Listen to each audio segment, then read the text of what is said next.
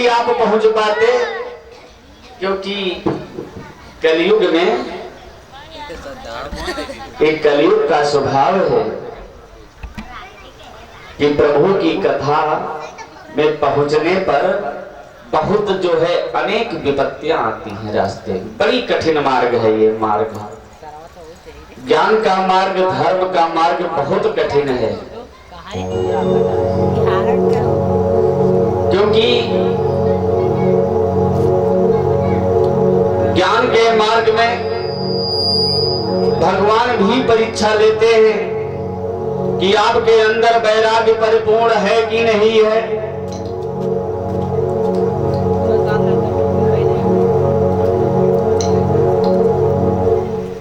ज्ञान के इस पावन मार्ग में भगवान भी परीक्षा लेते हैं कि जो है ये व्यक्ति के अंदर परिपूर्ण है कि नहीं है। और ये कथा सुन अगर आ भी गया तो जो जान लीजिए कि कथा रुकेगा नहीं। आने में सब बहुत दोष है, काम, क्रोध, मद और लोभ, ये तो पहले नहीं आने देते। लोग कहते हैं कथा में चलेंगे तो वहां पर हमें जागना पड़ेगा रात भर, और वहां मिलेगा क्या, केवल बक दिन काटना है। तो बड़ी कठिन मार्ग है ये।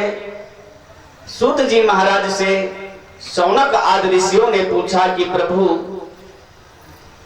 सुखदेव जी ने राजा परीक्षित को यह कथा सुनाया, गोकर्ण जी ने धुंधकारी को सुनाया, सनकादिक ऋषियों ने नारद जी को सुनाया, तो हम ये जानना चाहते हैं कि ये हमारा मन में शंका उत्पन्न हो रही है, तो ये कब किसने सुनाया।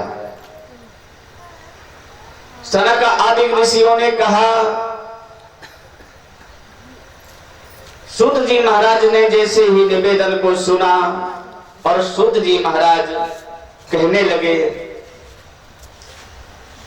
कि जिस समय भगवान श्री कृष्ण के स्वाधाम गमन हुआ, कलयुग के भगवान श्री कृष्ण के बाद जो है महाराज जब परीक्षित राजा हुए तो कलयुग के 30 वर्ष बीत गया। और जब कलयुग का 30 वर्ष बीत गया तब उस समय भादो मास के शुक्ल पक्ष की नवमी तिथि को सुखदेव जी ने राजा परीक्षित को कथा सुनाया था। इसके बाद राजा परीक्षित के कथा सुनने के बाद जब कलयुग 200 वर्ष व्यतीत हो गया, तब आषाढ़ महीने के शुक्ल पक्ष नवमी तिथि को गोकर्ण जी ने धुंधकारी को ये कथा सुनाया। इसके बाद कलयुग के लगभग और जो 200 वर्ष बीत गया, इसके 30 वर्ष के बाद कार्तिक महीने में शुक्ल पक्ष नवमी तिथि को सनकादिक ने ये कथा आरंभ किया। क्योंकि ये कलयुग में भागवत महापुराण भाव रोग की ये रामबाण औषधि है। अरे आप लोग सुनते हैं, कहते हैं कि ये दवा खा लो, ये राम का बाण है और ये काम कर जाएगा। उसमें भी राम के नाम की शक्ति लगी हुई है। इसलिए उस राम नाम की इस पावन शक्ति को पाने के लिए आपको मन को कंट्रोल करना होगा भैया। वक्ता विवेक से कथा कहे तो श्रोता को भी विवेक से ही कथा सुनना चाहिए। लेकिन करें तो क्या करें, गोस्वामी जी महाराज ने पहले ही दर्शाया है कि श्रोता वक्ता ज्ञान निधु कथा राम कर बूढ़, और किम समझे यह जीव कर कलिमल ग्रसत विनोद, किम समझे यह कलिमल ग्रसत विनोद, किम समझे यह जीव कर कलिमल ग्रसत विनोद, किम समझे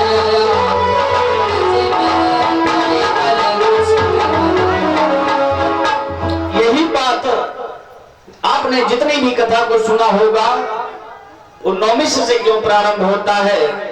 सूत जी महाराज कहते हैं कि हे सनकादिक ऋषियों, यही प्रश्न एक बार ऋषियों ने ब्रह्मा जी से पूछा था कि सभी कथाएं क्यों वहां प्रारंभ होती है। सभी कथा नौमिष सारांश से प्राप्त होती है, क्योंकि नौमिष तीर्थ अति पुनीत है।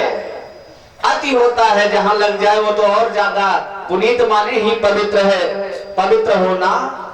लेकिन नौमिष तीर्थ की वर्णन किया गया। और ये भी जानते हैं कि बड़ी भाग्य है कि आपके उत्तर प्रदेश में ही नौमिष साराड़े हैं।